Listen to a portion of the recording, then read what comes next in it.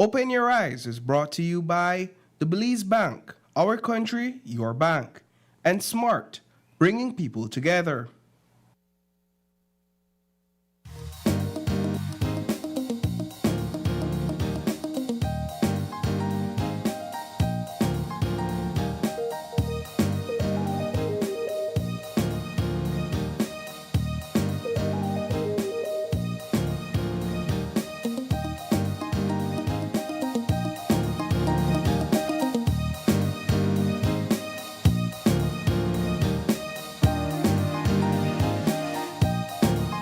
Live from the GBM studios in Belize City, it's Open Your Eyes. Start your morning right with your hosts, April Martinez and Isani Caetano.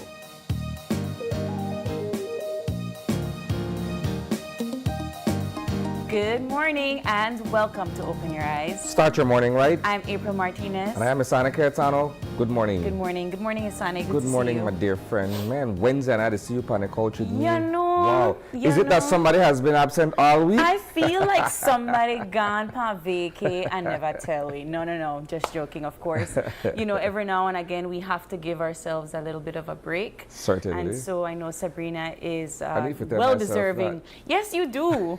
I'm glad you say it because you don't like to. The only time Isani is out is if he's terribly sick, and that doesn't always happen. That's a rarity. The only time I'm out is if I'm out of the country, either training or doing something else that's still work related. You don't take vacation. I know, but I'm the same way, so I can't call you nothing either because I don't know what a vacation is. But, you know, we needed to give our girl a break, and so I'm happy to be here. I'm happy to be here with you. Yes. I'm happy to be here with all of you as well. And so thank you so much for choosing Open Your Eyes as your morning show. Of course, Isani, we have a wonderful Wednesday to get into. Yes, we do. We have a show lined up this morning, and we're going to have our first conversation with the folks from the registering office in the elections and boundaries unit, and they're going to be in to talk to us about registering. Are you registered in the right division? You know, you have to learn about the transfer period in order to get your ducks in a row. Of course, the municipalities are coming, and so you want to be able to be registered in your right area. And then our next conversation will be with the Belize City Council as they bring the FIFA World Cup excitement to the community. I know there have been all of these watch parties all over the place. People are watching it at home. I personally like to watch FIFA by myself so that I could be as feral as possible and scream at the TV with nobody judging me. We'll get into that conversation a little bit later on. And then in our final conversation, everything you need to know about Steaming Summer Experience 2026. So you don't want to miss that conversation. All right. 3 excellent conversations. Yes. So here are a few things that you may want to know before you leave your homes this morning. Or if you're just to wake up and you want to watch me, then we got a couple of conversations to engage with, right? So there was a fatal crop duster crash yesterday in the Spanish Lookout area. We're going to talk a bit more about that. And of course, there's another smart stream leak, and we're asking who are the principals, who are the owners of Meat Master, all right? And as April mentioned earlier, it's football season. We're in the height of it, right? So Argentina sent home Egypt yesterday in a historic match. We're going to get into that as well. And of course, KTV Remix kicked off last night with the live audience, right? It's the first show of the season where we actually have people in the audience with us, and we're going to be discussing that as well. First things first, April. Yesterday morning around 10 a.m., seasoned pilot, an agricultural pilot, Henry Plett, was flying a crop duster over an expanse of land in the Spanish Lookout area. And I presume, I'm not an aviation expert, there's an ongoing investigation, but I believe that Mr. Plett may have experienced some mechanical difficulties mid-flight. And the small aircraft that he was piloting fell out of the sky. Yes. And unfortunately, Mr. Plett lost his life in that crash, right? What is ironic is that something similar had happened to him Yes, it's in not his 2018, first accident. right? where he narrowly escaped with his life. He was unscathed, but it was a close call for him back then. Right. Unfortunately, this time around, luck or fate wasn't on his side, and he lost his life in this unfortunate tragedy.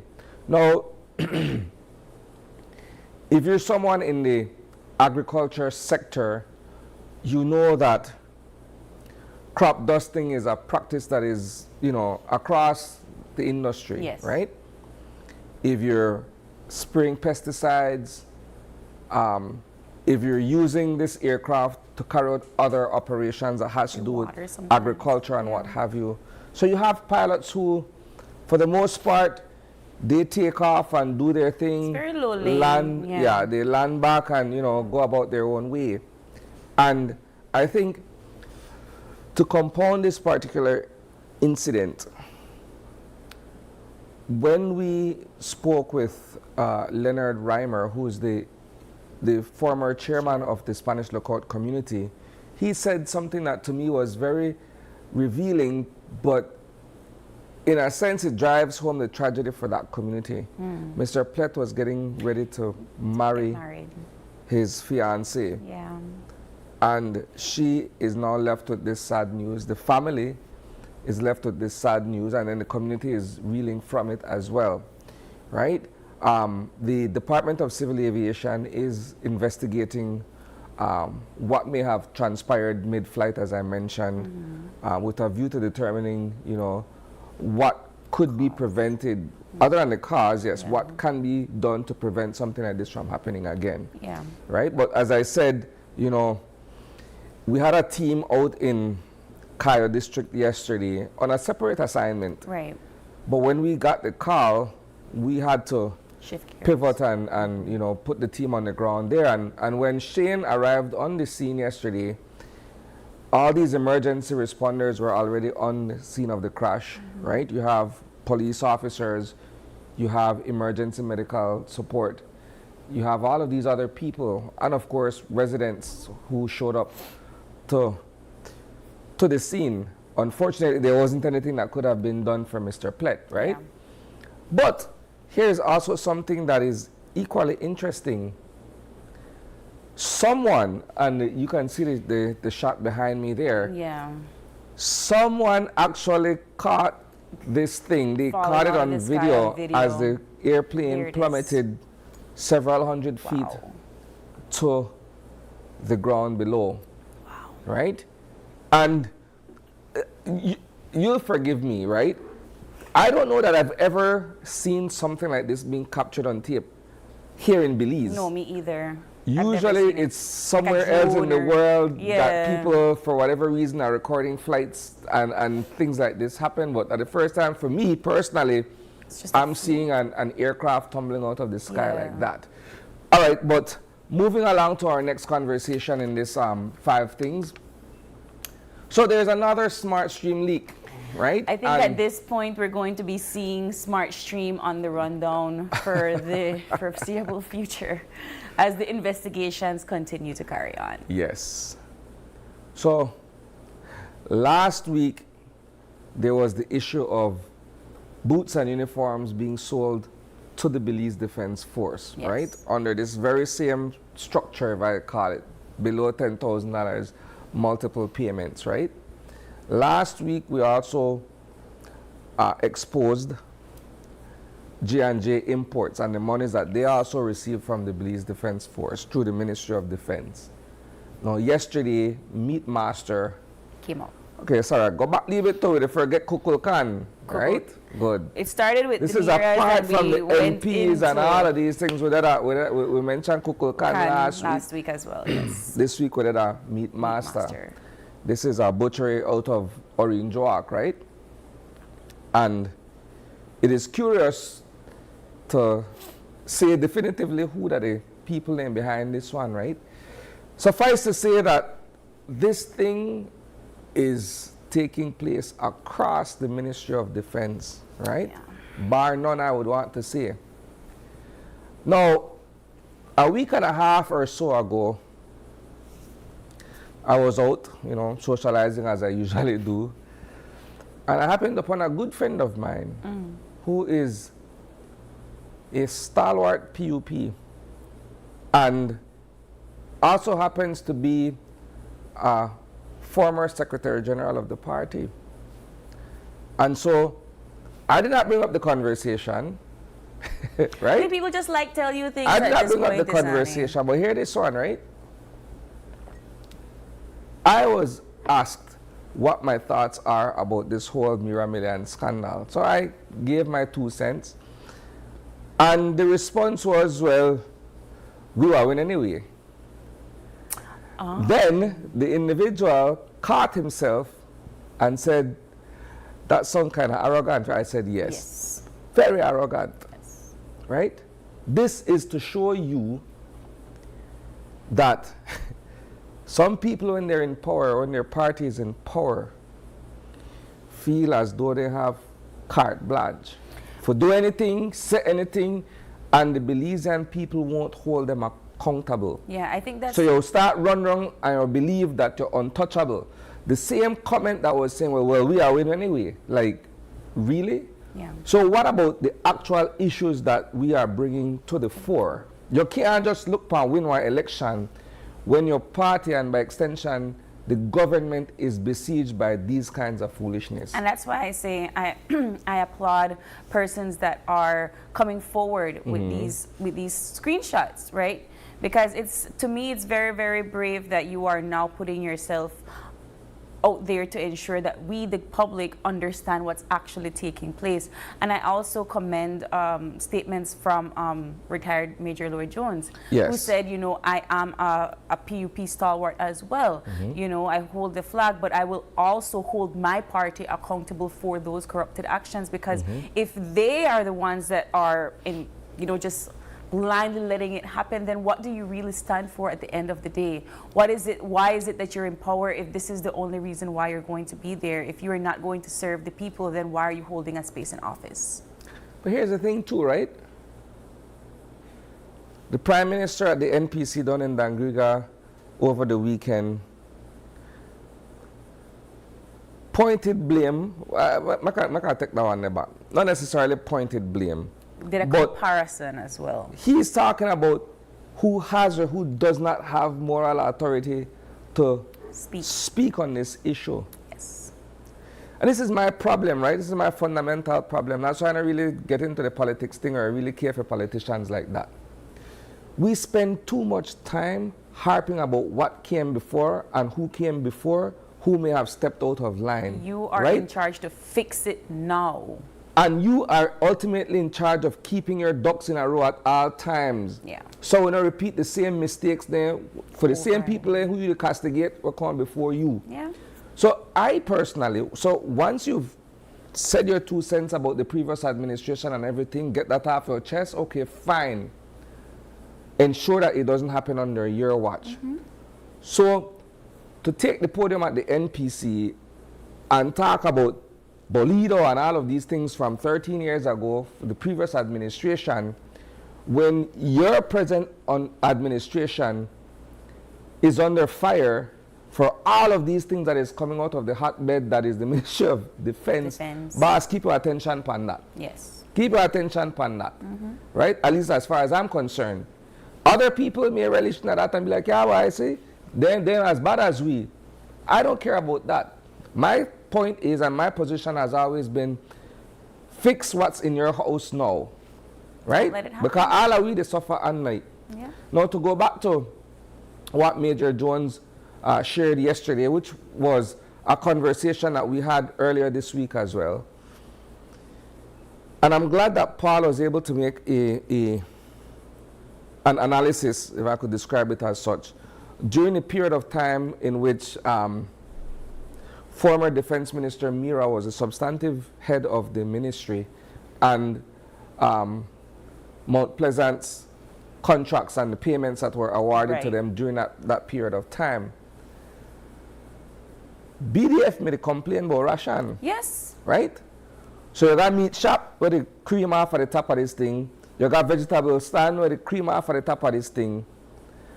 And BDF, the border have to trade with the Guatemalans there for make them eat when they're bush. That to me makes absolutely no sense. None at all. So if you have a meat shop that's contracted, that provides, let's call them fresh cuts, right? Yeah. Chicken, beef, pork, fish, whatever that they meat, what they're supposed to provide. Then you got a vegetable shop where provide cabbage, carrots, cucumber, you name it, fruits included. And there are man up on the frontier point, they eat noodles and chicken sausage and half of the barter with the Guatemalans, who for all intents and purposes are seen as the enemy. Yeah. Right? They're not having Then we any have to choice trade because with they them have make to we eat. No, we have to trade with them to make we eat.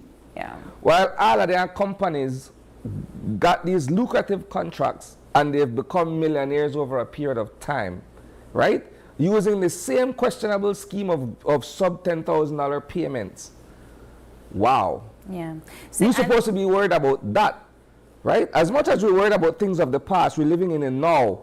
Let we talk about that. And I think, again, right, Isani, we're talking about the comparisons and making certain statements against the opposition, but that making statements against the opposition and kind of like going toe-to-toe with the opposition is kind of what got them in this mess in the first place, right? So I personally would keep all of my ducks in a row in my house, be as quiet as I can, and fix But the you see what's problem a part from of the within, problem? right?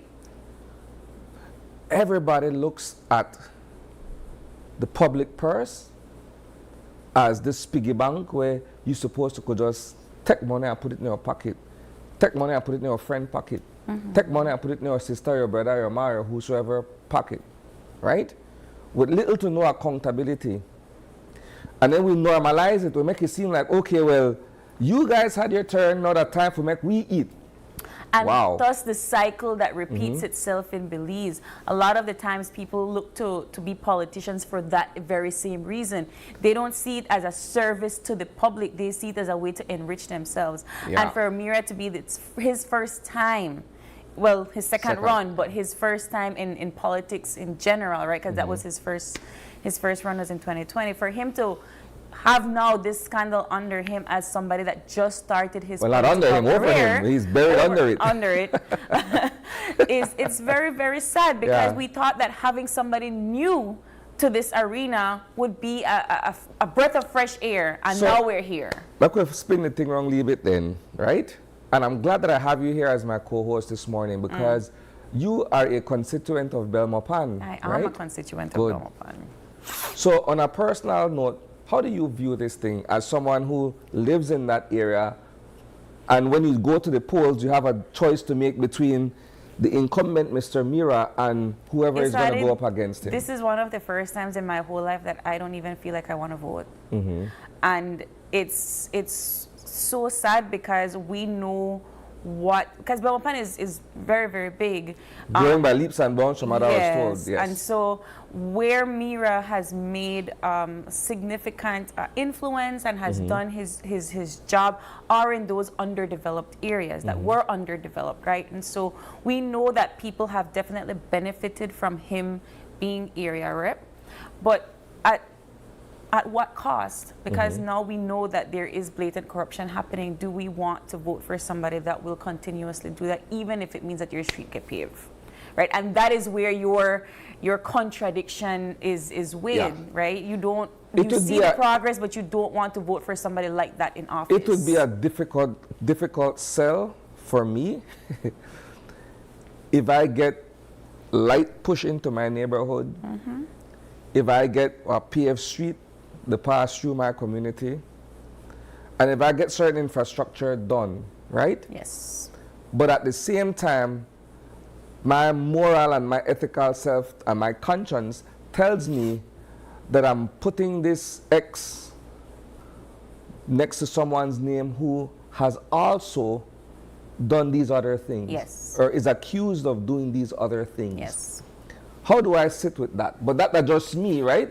But and I've always sat here and us spoken about my apathy towards this whole thing, and that's the reason why I don't get involved, right? I can't stand it, personally speaking. Not all of them are like that, but for the most part, right? These are men and women who, while they are charged with being able to carry out public functions for the better good of our Belizean society, they seem to be more occupied with lining their pockets so that should they be voted out, then don't make them bed. Money. And you know, Isani, Right? this is where the lines in certain areas, and I can only speak for Belmopan in this space, but where certain areas get kind of blurred when it comes to like the municipal government and Yeah. the general government, right?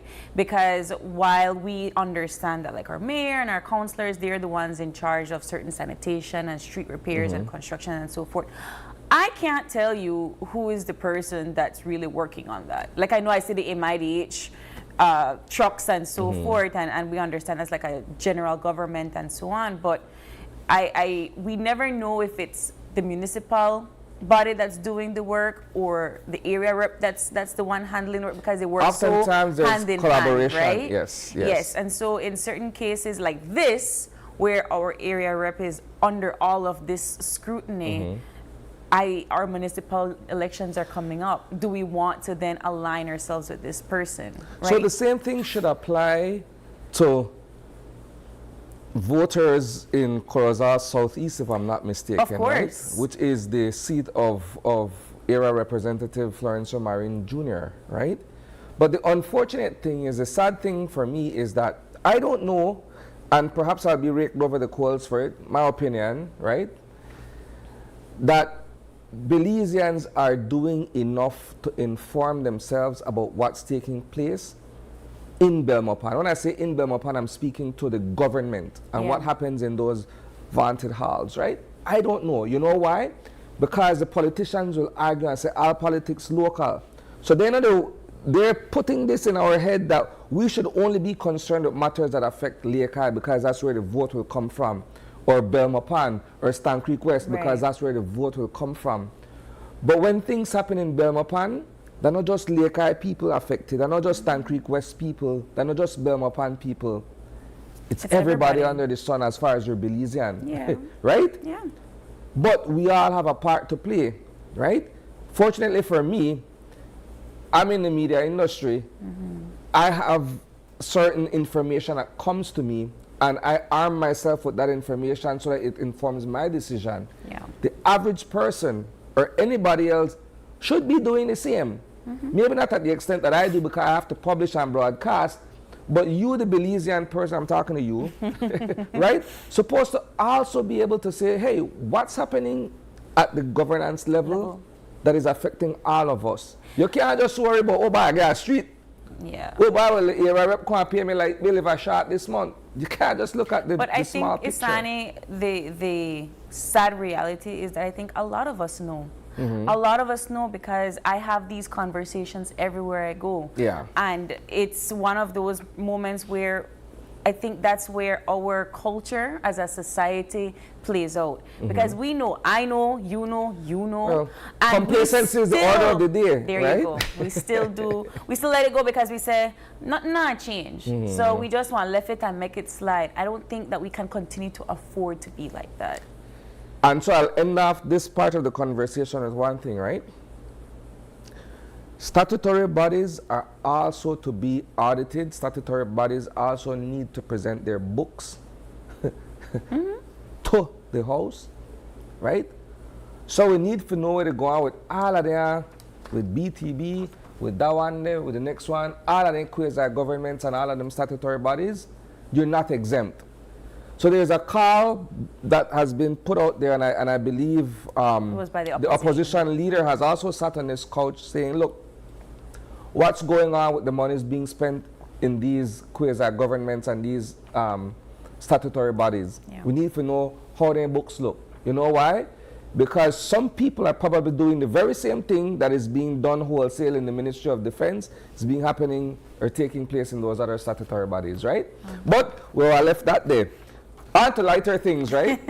On to lighter things. I mean, Are they lighter? Of course. Is it Because lighter? the smile, you know, I sit here this morning and I'm kind of angry with myself, right? The reason I'm angry with myself is because I had an entire outfit, at least in my mind, right? Done plan out for wear for today. But I never got time for dig through my Lee walking, right? So I had in mind that I would have worn a nice white pants and a blue and blue white. striped top. Yes, I. Right? Yes, I. But to commemorate the stolen win of Argentina. I wouldn't say stolen. I wouldn't say stolen. You sound like sour grapes, but I left that thing is sour, right? Here's the thing. I was on the edge of my seat yesterday. Now, I think the boss might get back with me, but you have to get back with all the way, right? Yesterday, we decided, as a bit of relief from all the hard work that we've been doing in the newsroom, we'll turn on the monitor and at least catch part of the Argentina-Egypt game, right? And it just so happened that around 10 o'clock, and boy, was that a match. Yes. I don't think that we can be flagged as the only company that was doing that, because I think everybody. You thought about watch parties? Everybody was doing that. We yesterday. had 2 watch parties yesterday, right? And I had to make sure that I kept the newsroom in order, because 10 o'clock we catch piece of the Argentina-Egypt game. Then in the evening you had the second game that was playing, right? And I'm closer to news time, so we can't really lollygaga and goof off to watch game. I think FIFA and I think the World Cup. I think everybody should just have like a little small pass for watching. I was at an event this Sunday, and the guy that was doing like the technical stuff for the event and so forth. I was sitting beside him, and I look over, and amidst all of like the controls and everything, I saw like this smally win up on his favorite team. But when we got down 2-0, I was like, we're going out like this? It was like 85 we're going minutes out like this to Egypt at this round of play? And I was like, man, sat there. And that's because Messi missed the penalty. And the free kick. Yeah, man, I was like, whoa, right? Having broken all of these records to this point, and this is how we're going out? Yeah. And then the tides turned, right? Like in the last 15 minutes. 15 minutes. In the last 15 minutes, the tides turned, right? And I said to myself, God is good. But we're not out of the woods yet. We're not out of the woods yet. We still have the quarterfinals and moving on from there. But jumping quickly to the Switzerland and Colombia game that played in the afternoon yesterday. So they drew at 0 in regular time, right? Yes. Only 8 teams so far in this World Cup have drawn at 0, and then they have to go to the shootouts, right? And that was also an interesting outcome, right? Yeah. So Switzerland ended up winning based on the penalty kicks and what have you, right? And they're advancing. So now Switzerland faces Argentina in the next round, right? Yeah, I was kind of hoping it would be Norway and Argentina, but life, yeah. Life throws us curveballs, right? Curveballs. Hey, I got on my suit. Even if it's not on a morning show day, I'll make sure I begin at the stash and find my suit. I have my favorite jerseys as well, but like I personally have been very much I enjoy football. I like football. We are a family that watches football. But this year, for some reason, I think everybody has been very much locked into World Cup. Maybe it's the social media rallying behind it. But everybody... That's even the Belize City Council. But that's a different conversation. But wherever you are, I know, let us know in the comment section who you're rooting for this World Cup. All right. Last but certainly not least, perhaps it's the most important thing for our lineup this morning is that we kick off the thing last night, right? Yes. No, as with all live productions, we got really growing pains here and there until we catch a rhythm, right? But it was a great night out for the performers, who took the stage for the first time this season. Yes. Right? And as we mentioned, some people got home, right? 2 people went home. Good. Yes, but this is our part of it. Go ahead, sorry. The next week they're going home, sorry. So based on last night's performances. But the elimination round will be that next week we're seeing 2 people go. Yes, sir. Apologies. But what I really enjoyed about these performances, Isane, is that This year it seems that they've been taking notes Okay. from the judges. They've been taking notes from the previous and past KTVs, where the judges keep telling them, "I don't have to command the stage. I don't have to do a performance." own the thing. And a lot of them came out and did a performance. And we also had a visitor that also is a contestant. He's been here for like 10 months or so. He's visiting from Georgia, I believe. But like, there are a lot of people that were very enthusiastic. A lot of them definitely. There was a young girl that came out and she started to rap Despacito Alright, and sing English and all kind of thing. Actually thing in there, right? You see them neon lights and everything. Two young ladies, right? And I have to take time to acknowledge them, right? Tell me. Sheena and Nisa worked all day I believe it. on those I designs, believe right? it. And you know, I like instigate when I walk on the floor and ask people when they pay their fare, right?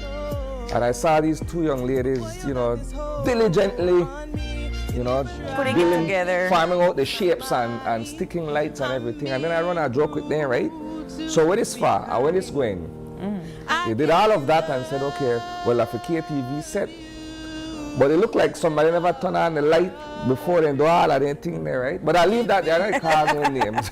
No, but I'm but simply saying they work their butts off. yes, it to help takes a set lot to the- bring the out designs, bring yes. KTV to life, and so we Yes. have to commend all of our producers, the cameramen, everybody that's working behind the scenes, Mm-hmm. the stage managers, to make sure that KTV comes to life. But I really loved the diversity of this year's performance. So we had a far, lot yes. of people that did original songs. So Yes. we have some people that are, they're aspiring artists. They want to put their music out there. But original songs won't define this season, No, of right? course You not. have a space to do your own thing, but for the most part, it's a karaoke competition. It is, and you as the viewer vote. Yes. This guy right here, he was a top. I watched him. He was singing a country song. He's from Biscayne, if I'm not Okay. mistaken. But a lot of people came out. He was the top contender for the night. But like I said, at the end of the day, the judges have their say, but you have your way, and you have to vote the number to ensure that you're able to win. And producer, what is that number you send your votes to? 585. So send the number that you want to see move on and advance to the next round for KTV. So make sure that you text the number to 585.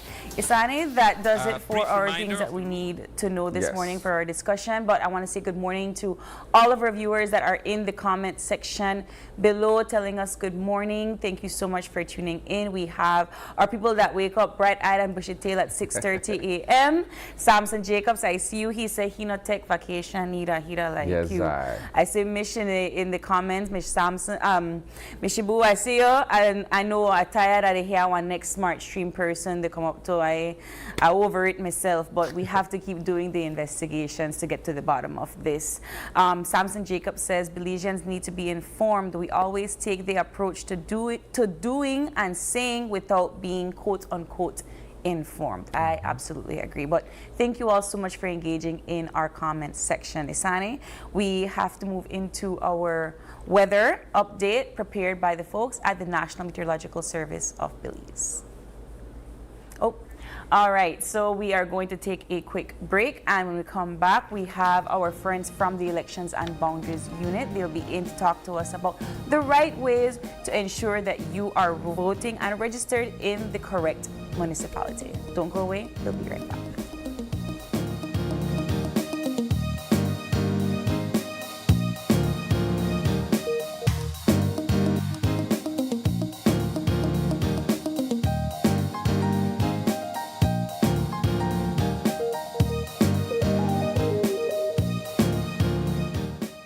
Biggest football event in the world is finally finally here, and Smart is giving you the chance to play and win. Before every match starts, predict who will win. The more predictions you make, the more chances you have to win. Get 1 point towards your total when you guess the winning team. Predict the exact score and earn up to 4 points. The top scorer at the conclusion of the World Cup wins the grand prize of $2,500 in cash. That's not all. Players get a chance to win weekly prizes. Plus, our quarter-final winner gets a watch party package. Play directly in the Smart app for just 50 cents per entry. Prediction starts June 1st to July 18, 2026. Don't just watch the World Cup. Play along and win with Smart. Smart, bringing people together. Belize assumes the presidency pro tempore of the Central American Integration System, CICA. Over the next 6 months, Belize's presidency will focus on strengthening the region's integration agenda, with priority placed on cooperation in energy, climate change, migration, and security. A strong and effective regional integration is the foundation upon which a better future for all Central Americans must be built. We at Fulltech Systems understand that technology isn't just a tool, it's a game changer. At home, smart devices and AI are revolutionizing daily life. In education, tech is making learning more interactive and accessible for students and educators alike. For businesses and government, it's driving innovation, streamlining operations, and unlocking growth, leveraging tech for better services, infrastructure, and security. At Fulltech Systems, we help you thrive with cutting-edge solutions, partnering with leaders like Dell, HP, Microsoft, APC, Fortinet, Cisco, and Tomy Inc. We deliver the right products for your needs, whether it's boosting efficiency, improving customer engagement, or scaling operations. Connect with us and let's drive innovation together.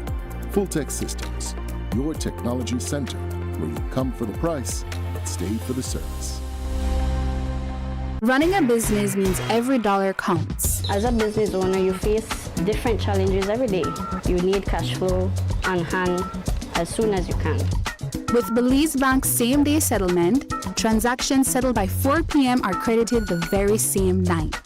The same-day settlement will definitely make a difference for my business because I know I have money in the bank so I can pay my suppliers, my staff, etc. Faster access to your funds, better cash flow, greater control. And with auto settlement, it's done for you every day. Same-day settlement from Belize Bank. Our country, your bank.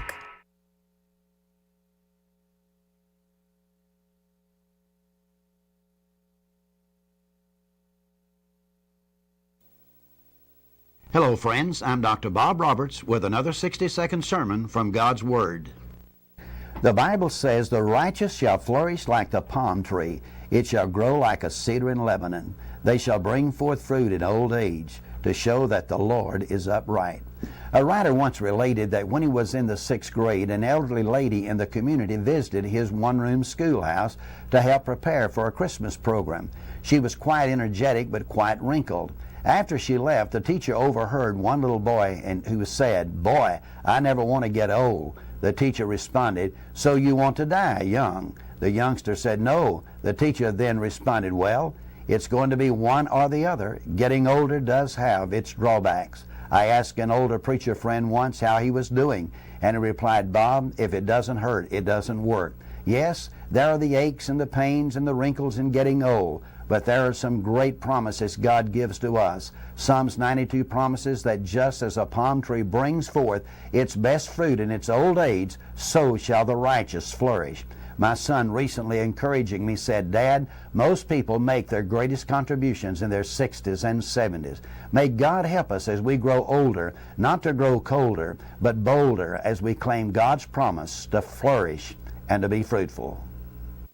Today's 60-second sermon has been presented by Christian Foundations of Faith in cooperation with the Baptist churches in your area.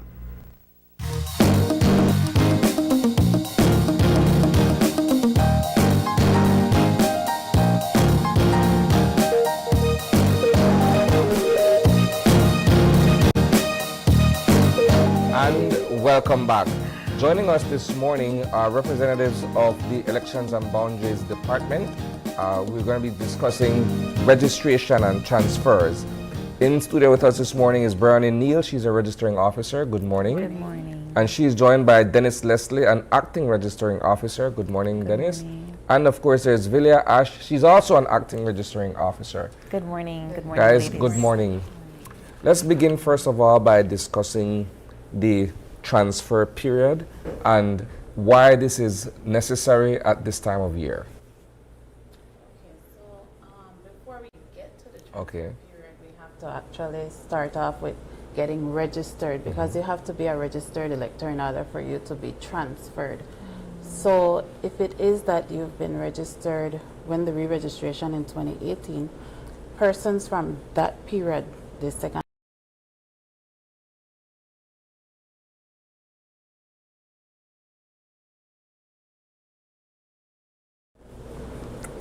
So we have persons coming.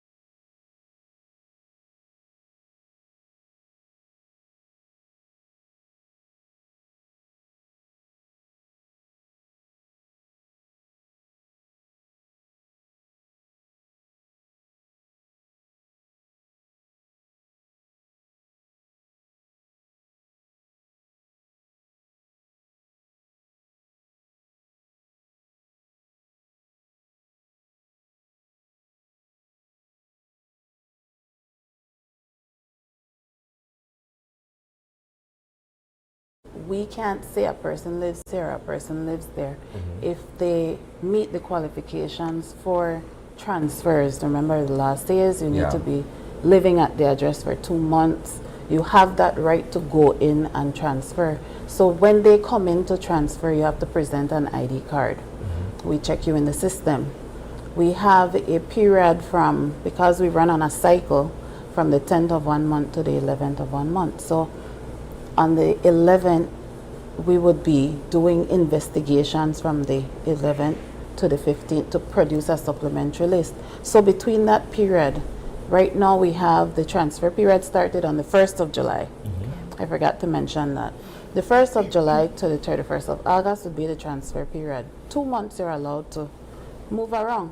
So the 1st of July to the 10th, which is the cutoff right now, we have until the 15th to produce a supplementary list.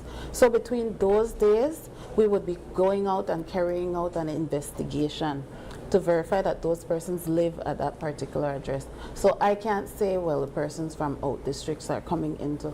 We go out and carry out the investigation. As long as the registering officer is satisfied, that's It's 2 weeks. I'm glad that you mentioned that. Sorry, go ahead. I was just going to say that 2 weeks, is that sufficient time to do that amount of investigation? Well, it's not really 2 weeks, because it's just the applications come in from the 1st to the 10th. So between the 1st and the 10th, we would investigate persons who came into, let's say you have 5 persons coming in, then we would investigate those 5 persons. Different offices carry different workload. So it does not necessarily mean that we would be working from 8 to 5 carrying out those investigations. We have to carry it out and produce a list by the 15th. So if it means that we have to work over the weekend, if we have to work after 5, we have to get each and every application verified. So everything comes with what we describe as checks and balances, right? Yes. But again, quite often we hear of multiple people registered to one address, and then you visit that location and now a small 2-bedroom house, you got about 18 people register to that one address, right? And we say it's impossible or impractical that all of these people could occupy that small space. My argument from where I am, and you guys will correct me if I'm wrong, is that perhaps there isn't sufficient human resources or manpower on the part of the department to actually go out there and verify each of these locations by addresses and so on. Well, actually, we have to investigate every person that comes in is going to apply. Todos, like they say, right? Like what you were saying about how like so much people register at one house. Yeah. Usually, it's over a period of time.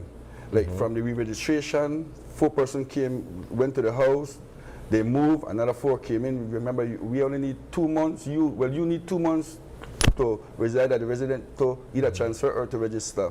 So is there redundancy then that people just don't transfer after they move out? And that's it, because most people, if they want help in the area, they stay in the area.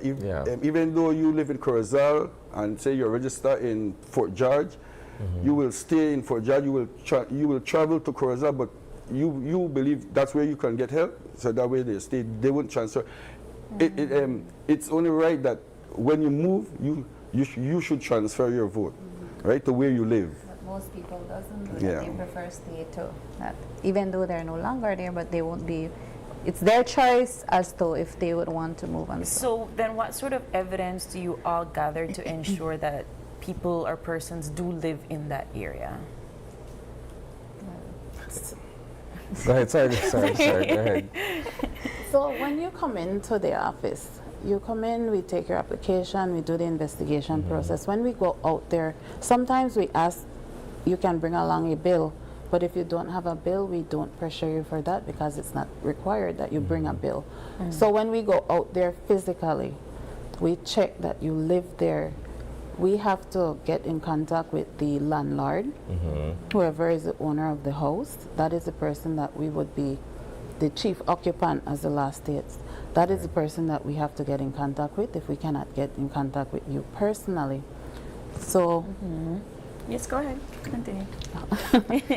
So, that's how we go out and we verify. I mean, there's so much that verification is not just limited to just going to one house. We have to carry out we have to be satisfied. So if it means that I go to that one address multiple times, if it means that I go from one house to another, checking, asking within the neighborhood if they know these persons, if they don't know these persons. So it's not just, you go out, you go to that house, and that's it. You have to be satisfied as the registering officer before you can actually put that person on a list. I find that we don't necessarily have, like Isani says, all of the human resources to be constantly checking if you move out of your house, if you don't re-register. And so why is it that it's only at this particular period of time that you can transfer? Well, that's by law. The law states that you have July and August in which you transfer, well, you change division, if that's what you want to do. Again, it's not, we have to ensure that you move. No, you have the right to come in and request that transfer, but these are the only 2 times, well, the only 2 months in which you can do that. In terms of changing of an address, let's say I live within the Collette constituency, and I move from Pelican Street per se over to Santa Barbara Street or Logwood Crescent. I could come in at any time and request a change of address because I'm within the same constituency. However, moving from one constituency to another, that is only done in July and August. Okay, so even if I'm in the Belmopan area and I still reside in the Belmopan area, I can come in at any time and change that address. And you just change your address. But to move from Belmopan to Belize City, you would have to do that only within July and August. Do you guys find... Sorry, go ahead, Ms. Ash. or just a clarification, like what Mrs. Neil mentioned, change of address within. I know most of our voters or electors confuse that we transfer. Yes. Yes, so it's just to clarify that the change of address within it's done throughout the year, and then the transfer from one division to another is just 2 months, the July and August. Every year though. Yeah. So if I miss this year, You have another I have year to to wait till use. next Yes, year. every year we do that, yes. Do you find that registered voters capitalize on this time of year to be able to transfer, or is it that perhaps people wait till actual election time to be able to do that? Well, being election would be in March. Now would be your time if it is, if you want to vote within the municipal elections, you would have to come in now to be able to transfer to vote within. So let's say I was living in Kamalote. Yeah. I now live in Belize City, and I won't be going to Kamalote to go and vote. I'm living in Belize City. I want to be within Belize. I want my voice to be heard within Belize City. So I transfer my vote. Now would be the time for me to do that. So I would be able to vote within the municipal elections come March. But after that, you won't be able to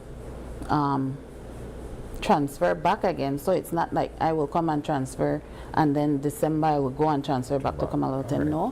That Once clears up. you've moved, you're moved until the next transfer period.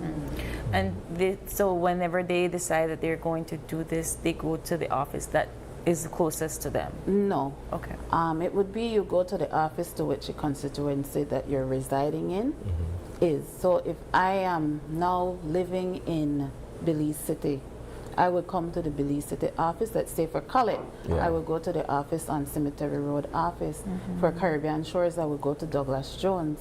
For Queens Square, Albert Sport Loyola, I would go to Euphrates office.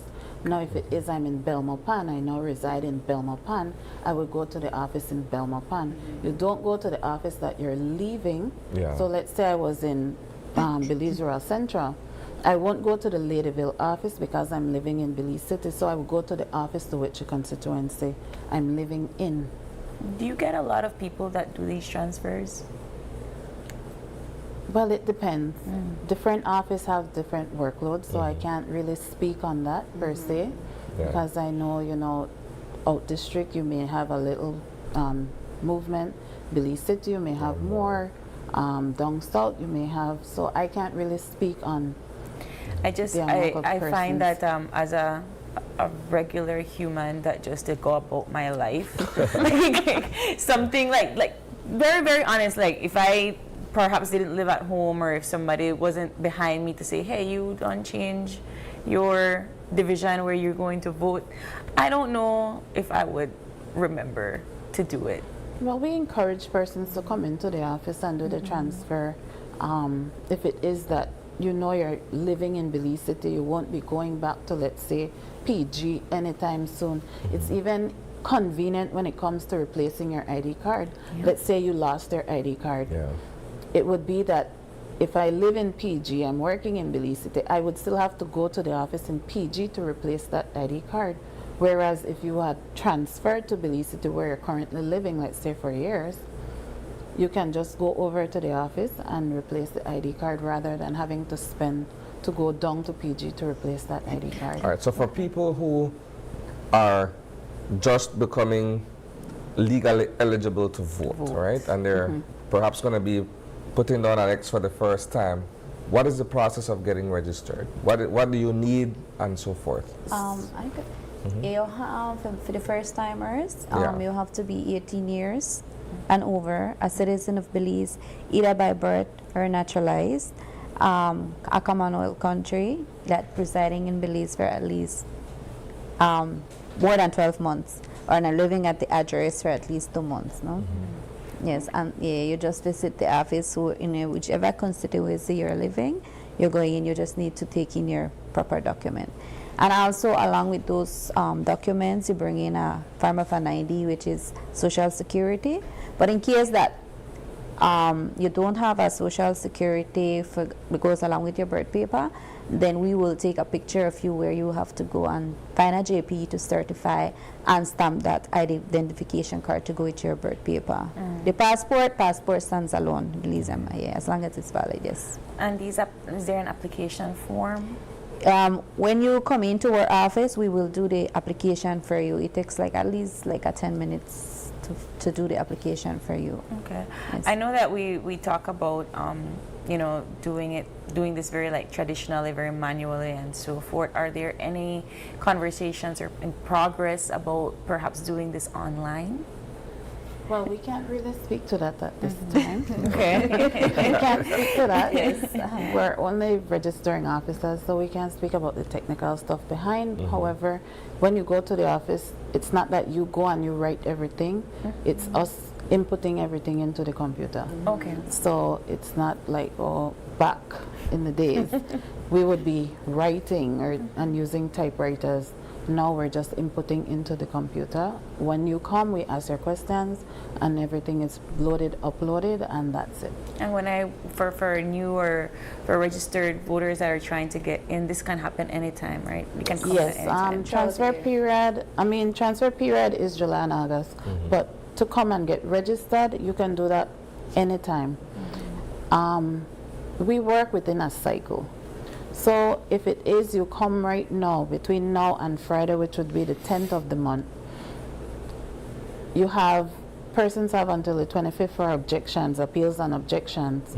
And then at the end of the month, the list is revised, so your ID card would be ready in August. However, if you come anytime next week, let's say the 13th, the 14th, you would then fall within the August cycle. So you won't be getting an ID card until the cutoff, which would be the 10th of August.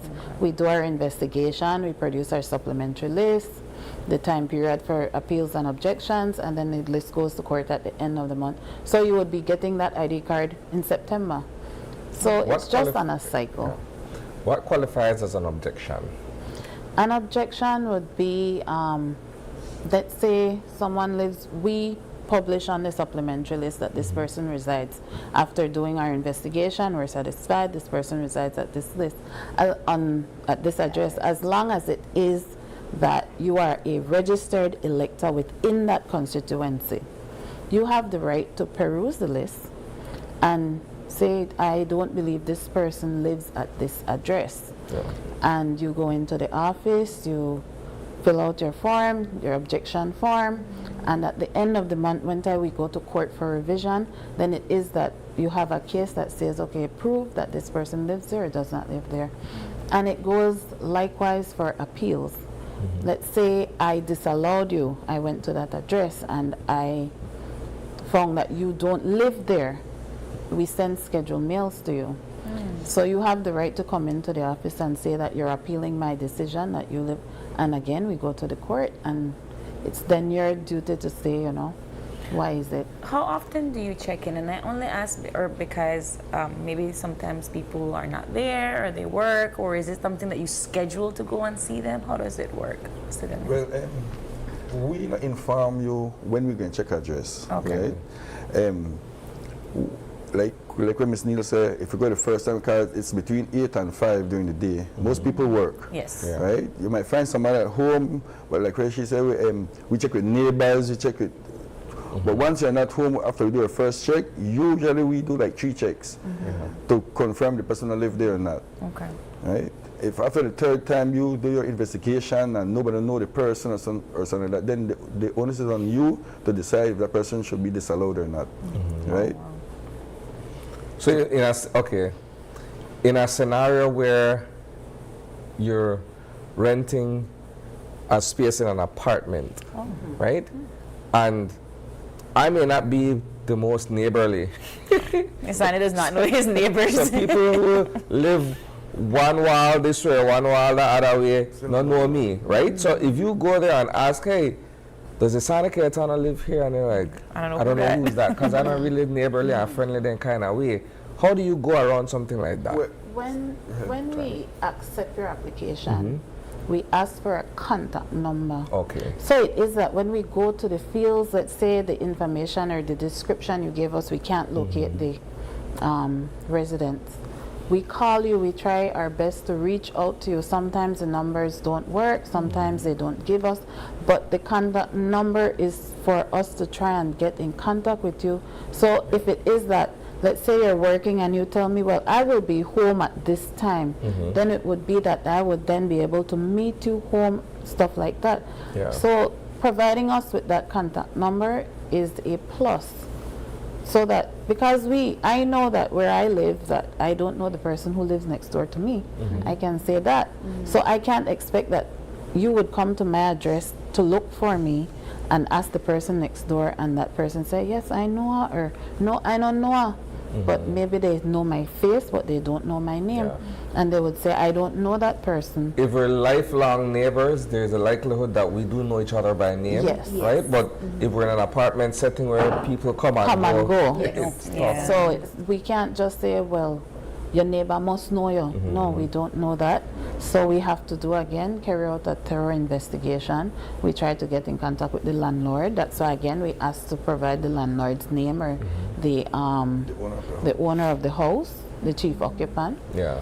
So those are ways how we try and reach out, because we can't just say you don't live there because your neighbor say you don't live there. Yeah, I find that more and more people are going that apartment route, but students as well. And I know that the division doesn't advise people on how they should move and so forth. But a lot of the times we have young voters that also live in certain areas for a short period of time because they're attending school in apartments. How do you, if you were to advise them then on how they should move and so forth, what would be like their best course of action? Well, it depends, because if you live in Belize City, you go to school Monday to Friday, and you're only here because of school. Your permanent residence would be, let's say, Stang Creek. Then I wouldn't tell you you have to vote or come and register for Belize City, because it would be unfair. Yeah. If you know that you actually live in Stang Creek. So it's where you would prefer in that case, because you're a student. You have that, okay, I live in Stang Creek. This is not my address. Stang Creek is my address, so I will register in Stang Creek. So all of this is, well, the function of this particular unit, if I could describe you guys as such, leads up to election day, municipal or general. What do you guys do on election day? What does the registering officer or the office does during that particular time? Well, we don't do elections. Public officers do elections. So we're at our office. So you guys are not, are you public officers or no? We are public officers, Okay. however, we're not the ones who are responsible for elections. Got you. So it's not election or boundaries, make we know. Yeah. Public officers are trained for election day, so you have your returning officer, presiding officer. Yes. I'm aware of that. I'm aware of that. So on election day, we as registering officers and election and boundaries officers on a whole, we are at the office to assist. So if That's it what I'm is asking. that Yes. a person goes to a polling station and the public officer cannot find the name on the list, they would then get in contact with us at the office to find out where that person is. So we would be the ones at the office, we're there all day, to check where that person and advise them, okay, well, they're not at this polling station, they're at that. And it also goes with names, because when re-registration, persons were coming in with a social security card, and then we verify with vital statistics unit, and the name may not have came back in the name on the social security card. So it would be that I would be Neil all my life. I came with the social security card that says Neil, but when I went to re-register and the information was taken from the social security and sent to the vital statistics unit, let's say back in the days the parent's name was not on it, so my father's name was not there. So when it came back, it would be in Belize as my mother's name. So we at Election and Boundaries have to use the information provided to us from Vital Statistics Unit. Yeah. So my name would be in Belize. So it would then be, we explain this to you if you come to the office now with just a social. My name would then be in Belize. So let's say I go to the poll, I stand up in that Neil line. When I get there, I'm not Neil. So the officer would have to call, and then we would tell them, oh, she's registered as Bilal. You belong in the B line. I belong in the B line. Yes. So I think that's caught a lot of people. Yes. So we ask persons to come in with their birth certificate. So it would make the process easier so that they don't say like Shannon Boundaries change your name. That's not the case. So I know you guys are doing your media rounds. You're here to talk to us about this, but for persons that would like to find out more information about transfer periods and more information about your department, where can they go?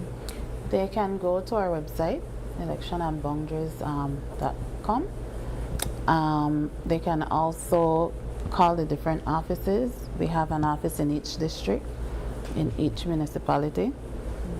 And the transfer period is July from the 1st? Yes, the 1st of July to the 31st of August. So if you are moved or you are thinking about moving and you would like to change where you vote or in municipality that is, you have to. This is the period now to do it. Yes, it is. All right. Well, ladies and gentlemen, thank you so much for joining us this morning. And, you know, we hope that people actually take the initiative this round and do the transfers, the necessary transfers that they need to. Thank you for having us.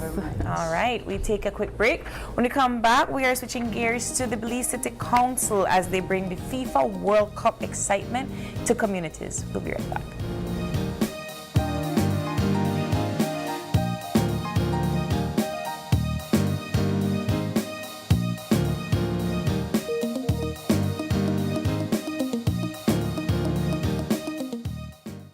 He's found some space down the right side. Plenty of support arriving now, and there's another making the run. They're getting bodies forward here. He spotted the opening, and he takes it. The anticipation is building. You can feel the tension growing. He's through here. This is the chance. Oh, what a chance. He should have done better there, but they're not done yet. They're coming again. The pressure is mounting now. The crowd can sense something here. One pass. He's through. He shoots.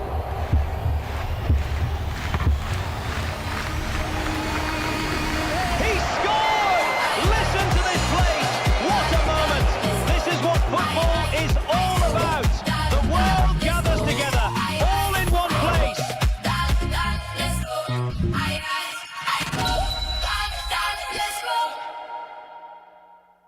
So it started off like any other summer day in Belize. I decided to go down to Builders Hardware since I heard they had 25% off on summer outdoor products. I got a couple of items, a chair, a grill, a cooler, and I got carried away, but the prices were so good. But anyways, I might have gotten comfortable, maybe too comfortable. Then I saw the news, man, the hurricane season was not playing with me. But thank God Builders also had 25% off hurricane preparedness items as well. Flashlights, batteries, sealant, first aid kits, everything I need. And guess what? My grill survived. He skipped nights out. Said maybe next time too often. Ramen became a lifestyle. All for this moment, his first car. Protect what you've worked for with RF&G Motor Insurance.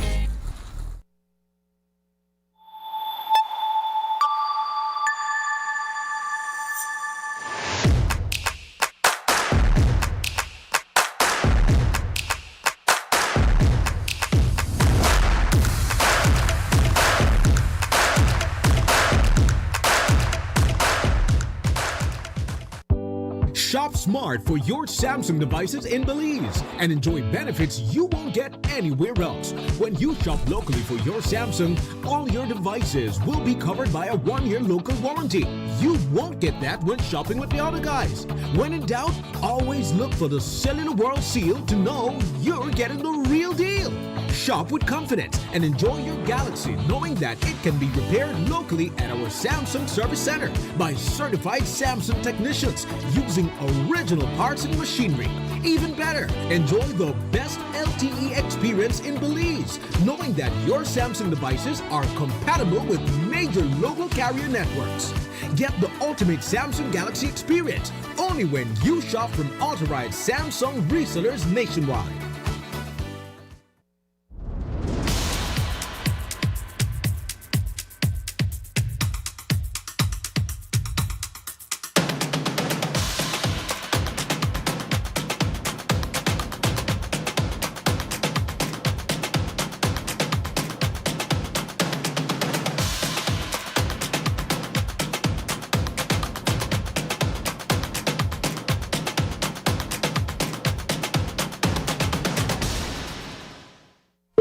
The next station is not just a place, it's the vacation capital of the world.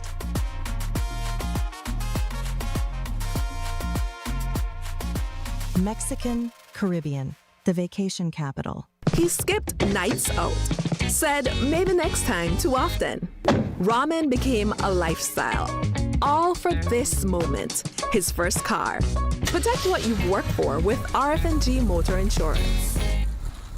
Life moves fast. Your connection should keep up. Need more credit?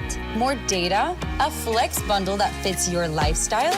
With Smart Prepaid, they're a prepaid option for every lifestyle and budget, making it easy to stay connected wherever you are. Because with Smart Prepaid, you can connect on your terms. Purchase credit, data, flex bundles, prepaid plans, and all your favorite prepaid services at any Smart agent, Smart showroom, or simply dial *100 key.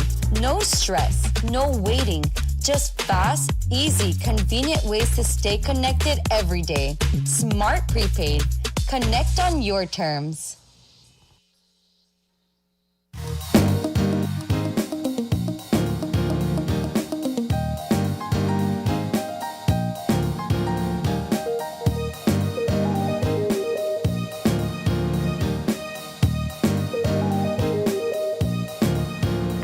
Welcome back. We're switching gears for our second conversations with the Belize City Council as they talk about all of this FIFA Excite camps that the Belize City Council is hosting. Michelle, let's start with you. Camps that the Belize City Council is hosting. Michelle, let's start with you. Well, morning. Thanks for having us.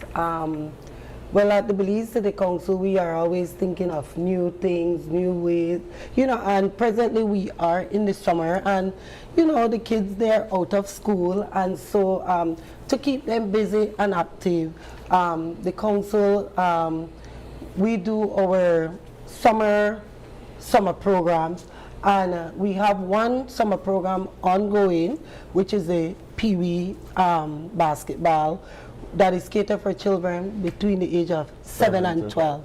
And it's not just to come out and play basketball, it's to, to learn the different disciplines when it comes to basketball. And so this camp will be held for 1 month, and it's at Berzal, right? So the best way to think about it, every year, summer is in session at the Belize City Council.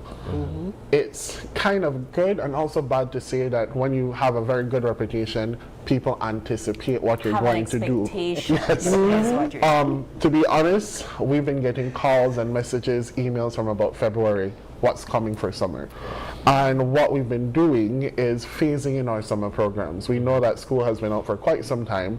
So like Michelle mentioned, we're starting off with the Pee Wee Basketball Classics. Think about skill development with none other than Coach Roscoe Reese. So bringing in the best for our kids. And also our Belize City Council internal basketball team, our Dragons, supporting the kids for 4 weeks, and then we end off with a fundraiser for back to school. So the kids get an opportunity to exhibit their skills. There are friendly matches with the parents and also the members of the Belize City Council, and it's all in the name of back to school. So whatever funds we do raise go towards the citywide back to school effort. So that's I would say the first summer program, and of course we're transitioning. In fact, on Monday, 2 of our additional summer programs are starting. Of course, we need to focus on literacy. Very, very important. School's out, and we're not all about worrying about what happens within the school year, but it's more so preparing children for the school year. And we realize the need that there are a lot of summer programs for math and English, but many people cannot afford it. So what we've done through partnership with the Child Advisory Body of Belize City is offer our Back to Basics math and English courses absolutely for free. So that's something that's coming along for the coming weeks as well, in terms of free math and English. Again, an accredited teacher, accredited support system for children, and we're catering for about 50 to 60 young people who are entering Standard 5 and Standard 6. So it's important because there has to be a balance, right? Yeah. So while you have fun and games, you still have the academic part of it. Should you need to brush up before you go into your next? Exactly. That's definitely part of it, and it ties into our wider network of our Youth Connect Student Hub programs, where It's a after-school support program, but it also provides opportunities throughout the course of the summer, Christmas, and so forth for youth engagement. And then, of course, we have the summer program for developing babies when it comes to arts and craft, mindfulness, yoga, gardening, which is our Youth Connect Summer Blast, which is actually, it's funny, we discussed, I met with my department yesterday morning, and I said, okay guys, we cannot accept everybody. We need to be on our P's and Q's when it comes to responses and so forth. That flyer was posted maybe yesterday morning, and within an hour and a half. Afternoon, actually. Afternoon, within an hour and a half, it was at its cap. You did say February and it called you, so that should not have surprised you at all. But in terms of like where these programs are being held, I know you said the Pee-wees. Is that Belize? What about the literacy? The Math and English program happens at the Belize City Council's Youth Connect Student Hub, which is at City Hall. Okay. And then of course our Youth Connect Summer Blast also happens at City Hall. What we're doing, every single parent that signed up a child, they do get an administrative note. Everything you need to worry about when it comes to your kid signing into the summer program. Schedule, timing, everything we're considering. So you don't have to worry, okay, this summer program, make a check with this one. Everything that you need is there. And that's what we're doing across the board, making sure that we're also incorporating healthy snacks. We've been incorporating and reaching out to local businesses to also support what we're doing. It's a gargantuan effort trying to engage. Last year, for example, we engaged 600 kids across the city. This year, we're looking at 450 ongoing, because we do also have a lot of other smaller programs and initiatives where we partnered with UNICEF and other agencies to make sure that youths have opportunities not only during summer but beyond. So and all our summer camps are free, so totally free. Limited space. And that's it. So I was gonna say, what's your cut for the yoga sessions and the mindfulness? So how we did the Youth Connect Summer Blast, it's in 2 sessions. If you want to do the arts extravaganza, you could have signed up for that, and the quota for that is 30. For the yoga, it's an open space. Think of zenful vibes in the mid-afternoon, shade, calming music. We can accommodate up to 40 or 50 young people, because we, of course, are bringing in Miss Ida Arzu, and we have some assistants that can assist her as well. So it's an introduction to yoga for the smaller kids, which they've gravitated towards since we've started this in 2022. Young boys and girls, like yoga is not something much of us as Belizeans are used to. No. And even though we've been bringing in the monthly yoga in the park by the Belize City Council, it's still something that I'm not sure if I'm there yet, but the kids gravitate towards it. I'm sure the kids, because then you get for like bend and all that kind of thing, right? Well, like Fritz said, we have the monthly yoga in the park. This one mostly adults would attend it, and I tried it, but it was 2 weeks ago, and yoga is a bit hard. Oh, yoga is hard. You know, flexible. You could touch your toes without bend your knee? Yeah, I could do that. Okay, you could do that? Okay, so every I minute can't I'm do that. looking at the watch. The longest 1 hour of It's yoga. an actual workout, Yes, it is. right? Yes. I want to go. If done correctly. I want to go in a slightly different direction, albeit briefly, right? Youth Strata Council. I saw put that out recently as well. I was hoping that you were going as an invitation for a later date. Yeah, definitely, man. You're always welcome to join us. Right? All right, now to the meat of the matter. Let's talk football, and let's talk about Belize City Council's involvement in these activities. And of course, you're all the way to July 19th, right? It's coming now. My God, Michelle. Michelle, start. Okay. Because there's so much happening on July 11th. It's mind-blowing. Michelle. Well, we are just giving that extra push. We know that the World Cup ends July 19th. Yes. But you have games leading up to that. And so the council is collaborating with Coca-Cola to have the quarterfinal.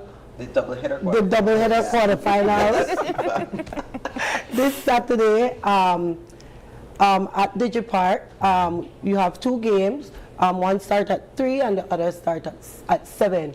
But beside that, the council did a vendor call, and so we are still promoting local economic development. And So the vendors will be placed on the street. Of course, limited space again. No? So we had to monitor our Google link to turn it off.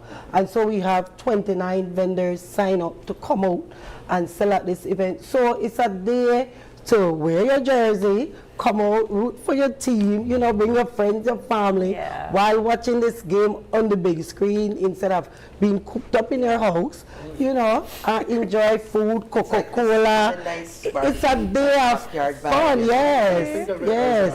Just Coca-Cola, I got some beer, things for that. Yes, and of course, Coca-Cola will be doing some games and prizes so you can win big things, you know. So it's not just for the adults to come out, it's something for the entire family to come out. Y'all are prepared for these fans to go absolutely feral, right? Like they ask that. I know you know what I talk about because once people start to like scream at a screen, tensions are gonna be high. I think the fun part of this is it's inexpensive for us to have our residents come out. Why? Because it will not cost them a TV. Yeah. People get so... That's true. You might probably lose a breath at the end of the whole thing. People get so emotional about these games. Yes. They break their TVs. Like seriously, they break their... Well, you can't break the TV out there. They might get emotional, you can take a quick jog around the stage. You know? Jump in the water. Go out to buy what's not. Even that and turn on your So it's going to be an all day leading up to the night because you have one game at 3 and you have another game at 7. Is there like a fee? No, it's fee. totally free. Absolutely free. Absolutely free. Just call the pocket money to buy a thing, right? Because you'll be out there the whole day. Actually, we're closing the street from 7 a.m. in the morning. So vendors can, you know, start to prepare and set up while the game. And tailgaters can come out there from early and just hang out. Exactly. Yes. Right? Coca-Cola will be providing shade. So you'll have shade, you'll have chairs. So you could come out early. That's a good option for me to explore this weekend. It is? I usually have my specific locations where I go. But you know, just mingle with other fans. Feel the vibe, But Mel, you look stressed to sit down beside me. Why?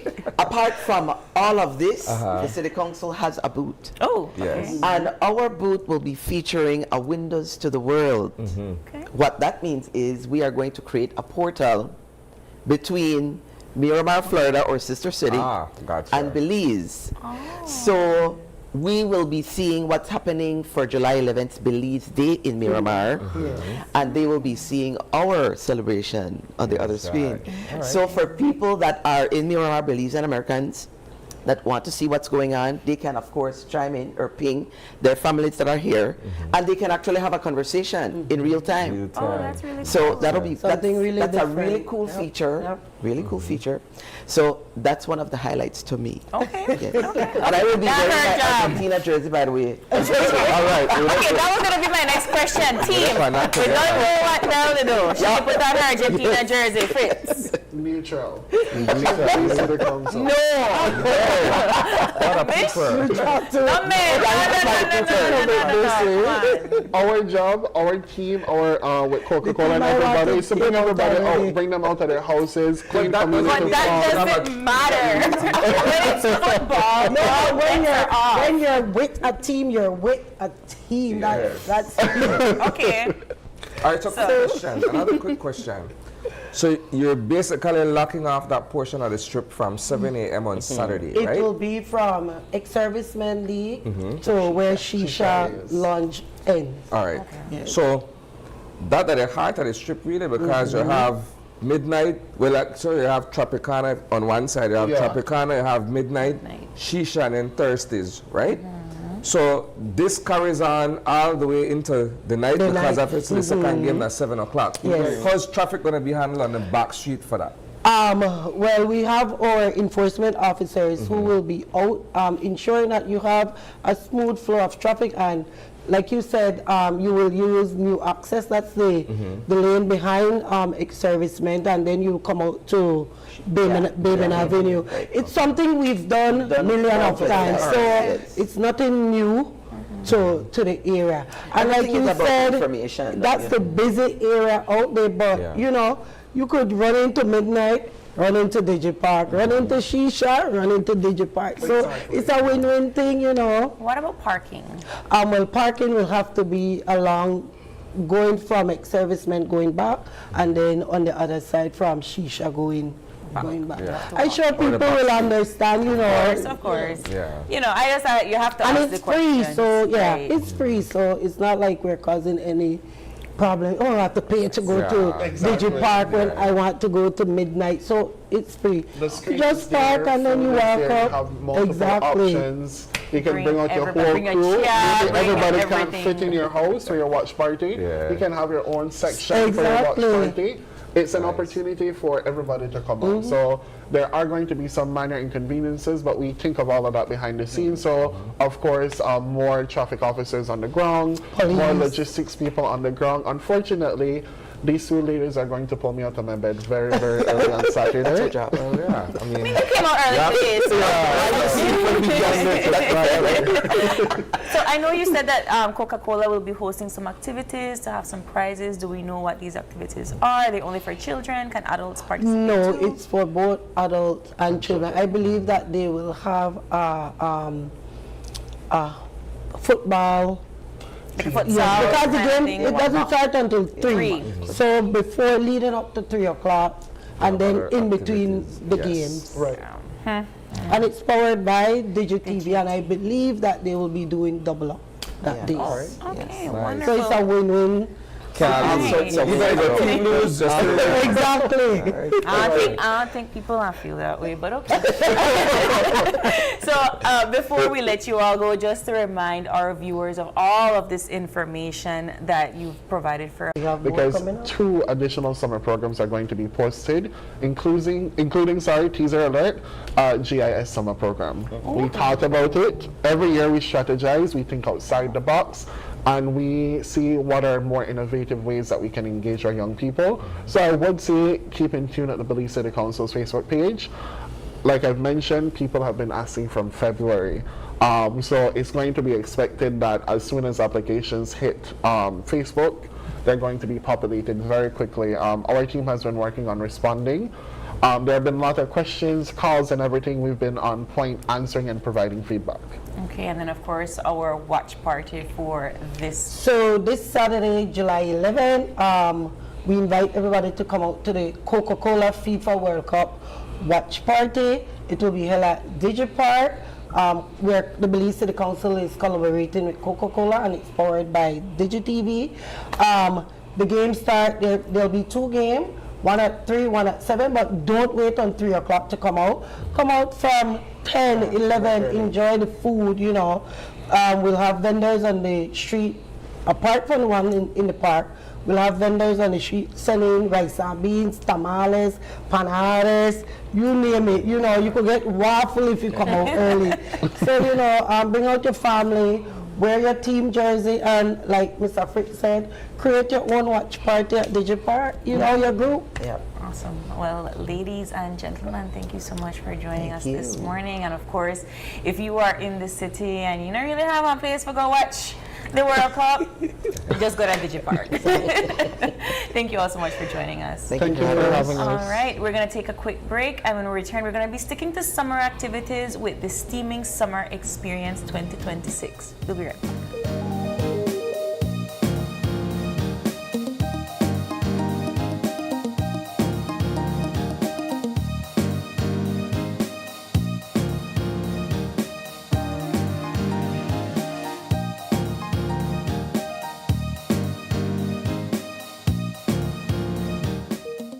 Declined? Now it doesn't have to be. Introducing partial authorization. If the card doesn't cover the full amount, it notifies you what's available. You can accept the partial payment and pay the missing balance with a credit card or cash. No decline. Get what you came for. Partial authorization now available. Belize Bank, our country, your bank. Are you looking for financing on equipment, machinery, vehicles, parts, or tools for you or your business? Benquip and Belize Bank have partnered to make purchasing easier than ever. with Belize Bank's convenient online loan application platform. Simply apply online, get fast and secure financing, and access the equipment or vehicle you need to keep moving forward. Even better, use the promo code when applying and enjoy a special promotional interest rate exclusively for Banquip customers. Whether you're upgrading your fleet, invest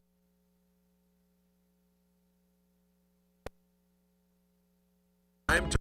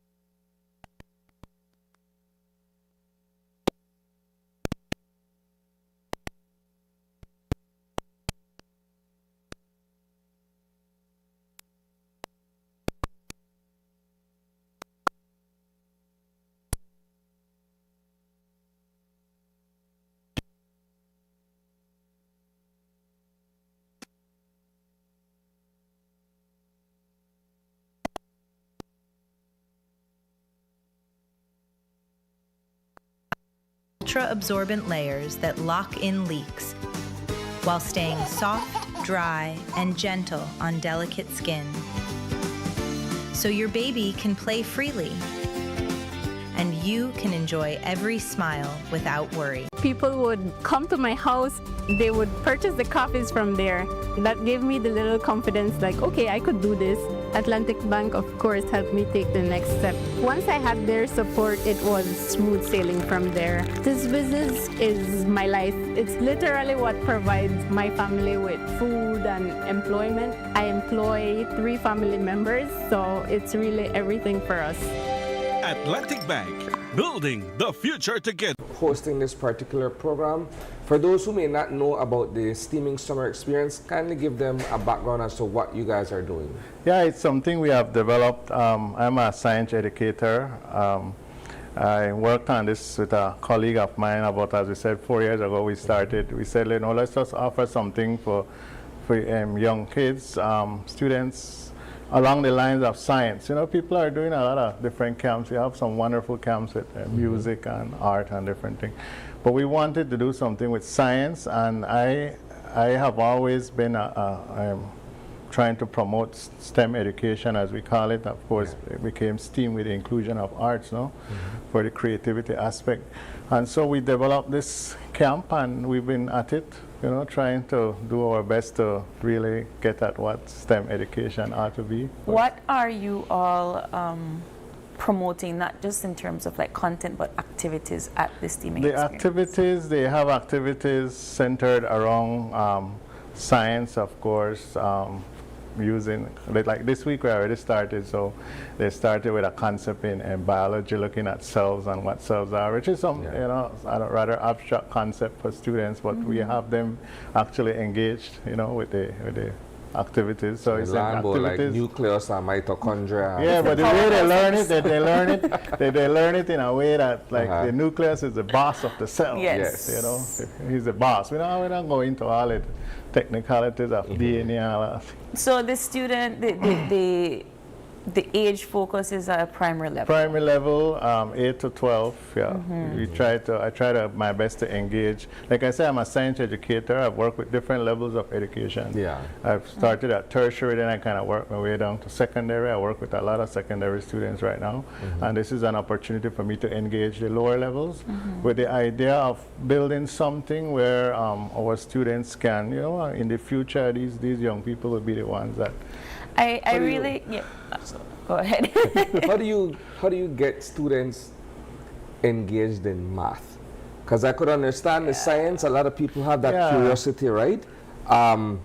The engineering, if they want to build something using physics and all of that other stuff, and many of us are naturally creative, so the arts comes fairly easy. The math, same thing. Kind of challenging. Yeah, it's challenging. It's very challenging. It takes you looking at math conceptually, and so basically, if we're doing, you could work with simple things. Last year we had them working with beans. Yeah. There's a picture of me on the ground there with beans, grouping beans into. We're showing them that math really is about grouping. You know, you group things. You have to count it, of course, and when you group equal amongst them, we call that multiplication. Yeah. And so we get them to actually get down and group, and so they could say multiplication. Actually, they're not just, we're not just writing it on a paper. They're seeing it, seeing a picture of it. And yes, there is a challenge, but we have to think of ways to get that, you know, get students to see these things conceptually. That's important. I know you said you've already started the beginning of this week. You have a cup. Can people still sign up? Yeah, we were still accepting. We have enrollment. Last year was almost 45. This year we're at 25. You know, but I guess we have a lot of camps going on. Like I said, it's a wonderful thing. I love it because. For me, it's students have an opportunity to engage with something, you know, meaningful during the summer. And so I see a lot of wonderful camps. You know, we have these activities I was just explaining. I think that all of that is great. I mean, we need. As an educator, do you see that students gravitate towards these STEAM subjects? I believe it's the concept of the hands-on, really. Okay. You know, it's education, and to me, any aspect of education ought to be something where the student has to be engaged. I think that's one of our greatest challenges nowadays with education. We have to keep students engaged. You know, students, the younger generation, they use a lot of technology, of course, with their devices and things. But if you notice what they're doing a lot of scrolling, and so their attention is kind of limited. Yeah. And so you have to, in school, we have to keep them. If you're doing the same stuff that we did the way they taught us in school, that's not going to work. How do you compete then because you're using this camp as a way to have students look outside of the box in the way that they learn these different subject areas, but you're still competing with like artificial intelligence. Yeah. So how do you ensure that they're able to like instill these critical thinking skills while also using this technology? Yeah, the technology is there. AI, like I say, is a wonderful tool. You know, I see it as a tool. But really, it's to get them to like we say, how do we compete with it? I don't like to see it as competition. It's something that it's a reality for them, and so we want to use it. Like next week actually they start engaging with technology more. You know, usually we would have had it from the first week, but my technology teachers actually they're doing a camp right now on robotics and coding. And so they're going to come on board next week, and we're going to continue with that.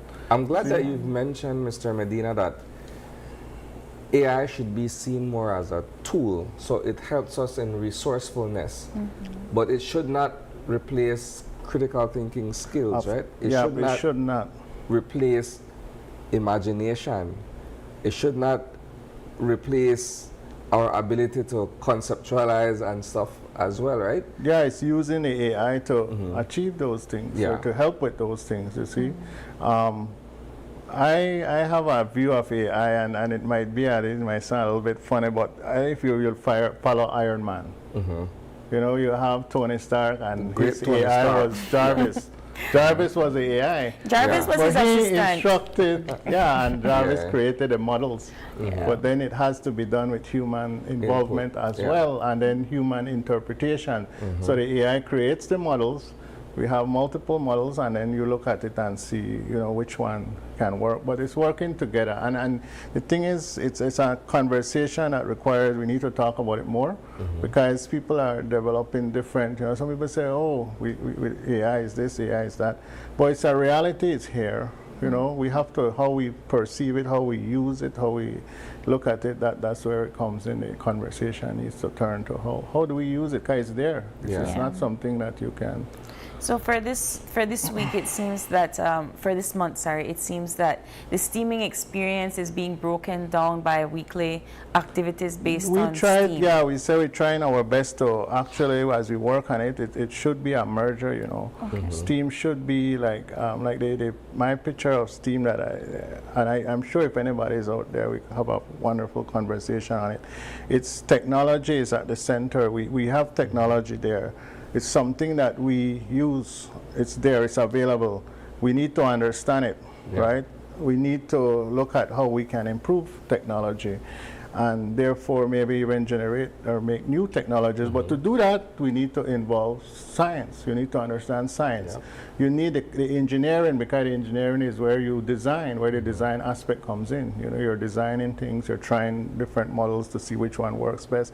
So that's where the engineering comes in. And of course, includes physics as well too. And so you see, yes, exactly, the matter and the science now feeds into that. And then the creativity, of course, we need to, and the facet for creativity which we have developed throughout in education, and it's art. And any form of art for me, it's not just visual art. Any form of art allows the student to your brain steps out of this reality and goes into some other, you know, and that's where the creativity comes in to support all that I said previously about developing technology using science, mathematics. And while we are all adults and we're having this conversation, and I know it's a very exciting conversation for you, how do you inspire these young kids to feel this level of enthusiasm for STEAM? Yeah, like I said, I work along with teachers. I try to get the teachers first inspired, and then when these teachers become inspired, then we get the students to, like I said, the students are just happy when they're doing hands-on stuff, but when they're learning something too. And we just, you know, we do our little forms of assessment as well, because it's education, so we check to see if really they're learning Here's these my things. question for you, Mr. Medina, right? Now, place myself in the shoe of a 10-year-old, right? I just come out of primary school, out of standard 2 weeks ago. 2 weeks, right? How do you attract me to go back into a classroom setting or an academic space where I'm learning, but it's not as formal as sitting behind a desk and I got April sitting down next to me in our classroom setting? That's true. The way we attract them is by we give multiple facets. And if you look at our camp, we offer a lot of things, you know. We offer the maths, the science, but like it says, hands-on. Friday they get to do sports on Fridays and other fun things. This year we're trying to introduce a little bit of music as well. And so every year we try to do something different. But yes, how do you attract them? From years in the past, actually 2 people that are my helpers this year are 2 of my past students that are in high school. All right. One of them is in St. Catherine's, and the other one, he's going to the STEM Academy, the ITSAC Academy. And so he said, I want to come back, Mr. Medina. I want to help you with your camp now. And so those things.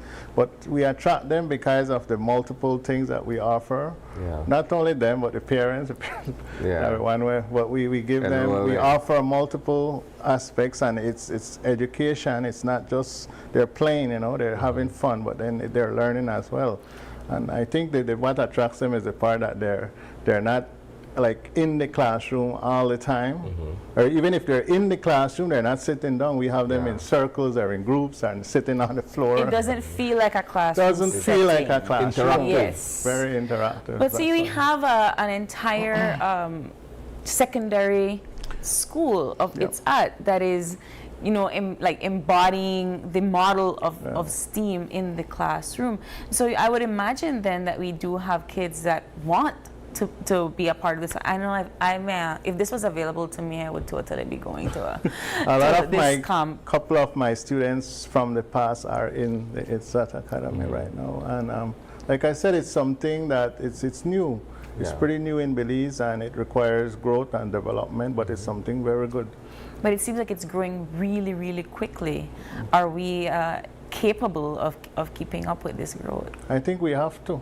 We have to. It's growing globally. It's growing very fast, and we can't afford to be too far behind. So if I'm a parent and I'm watching right now, and you're saying that you still have space, how can I enroll my child? We have a flyer. I attached the flyer.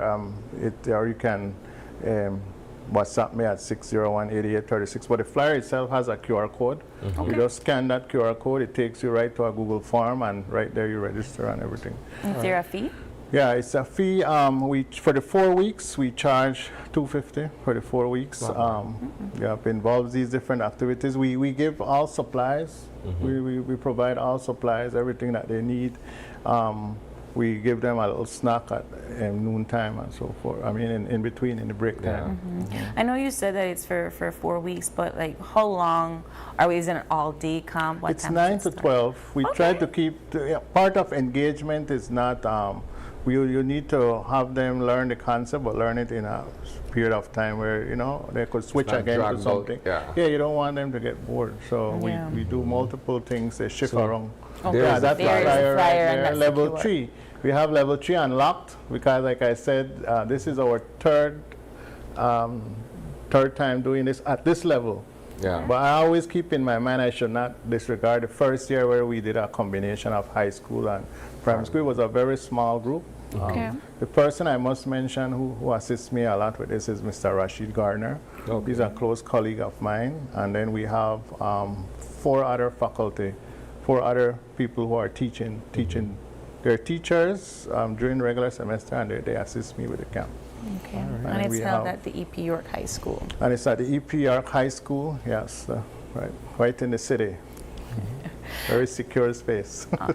How do we go about in terms of like payment and so forth? It's right there on that. Everything is on the scan the code. You put in the information, and it asks you to pay, and then upload the receipt. And once you do that, the registration is complete. Everything is automated, and as it should be for STEAM. We're trying. So why should parents enroll their kids in this camp? It's an opportunity for them to be engaged with, like I said, with different activities, science, math, engineering, arts. It's different things. It's very an engaging camp. The students, they really get a chance to experience. That's why I call it summer experience, because they get a chance to experience a little bit of different things. Why that's important for me is that when as a young person, some children are like, say, I don't like this or I don't like that. Or, how do you know unless you try it? And so this experience is to give them a little bit of different things. Organize some kind of mini World Cup or something for those kids. But we have them engaged with different aspects of sports as well. All right. So the number to contact is 601-8836. All right. Well, Mr. Medina, thank you so much for joining us. Thank you for having me too. And congratulations on a 3rd year. I know that these things they do take time, and you have to keep working on it. Indeed. Yes, thank you. Thank you so much. All right. We take a quick break. When we return, we're going to wrap up our morning show. Don't go away.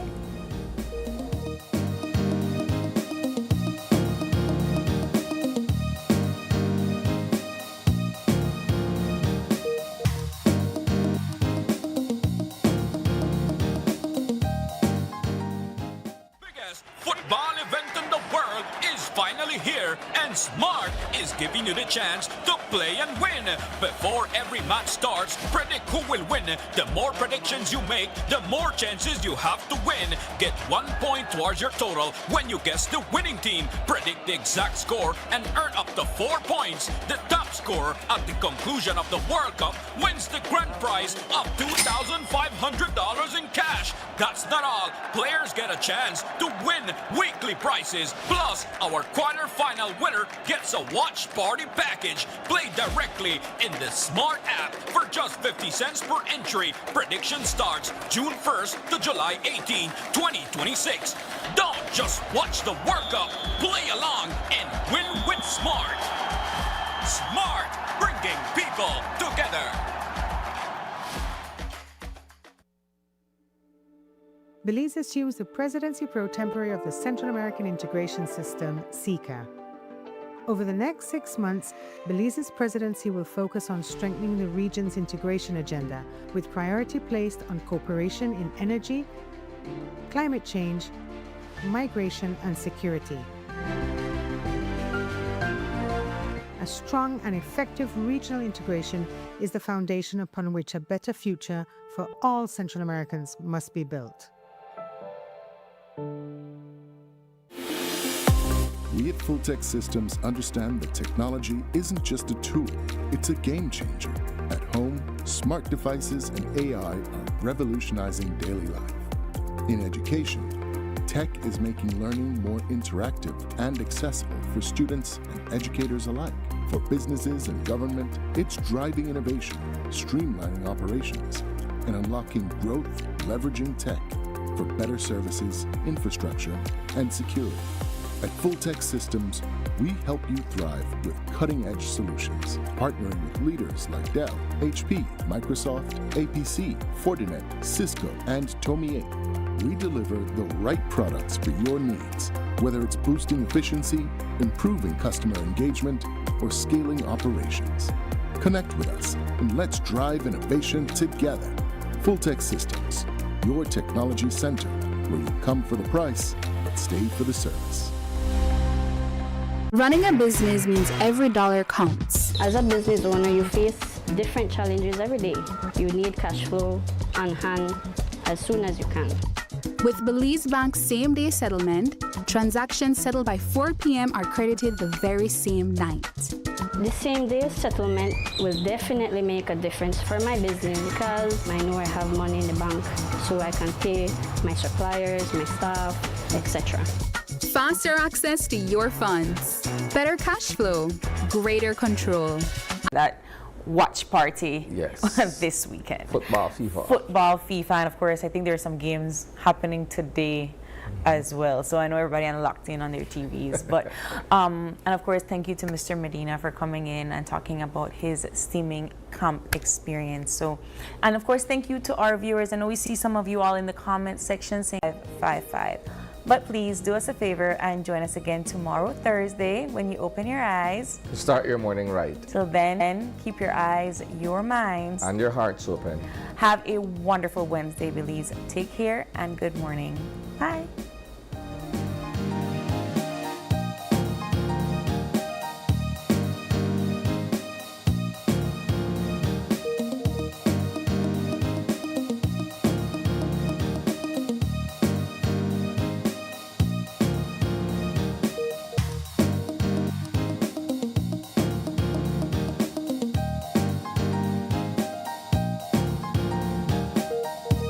Your Eyes was brought to you by the Belize Bank, our country, your bank, and Smart, bringing people together.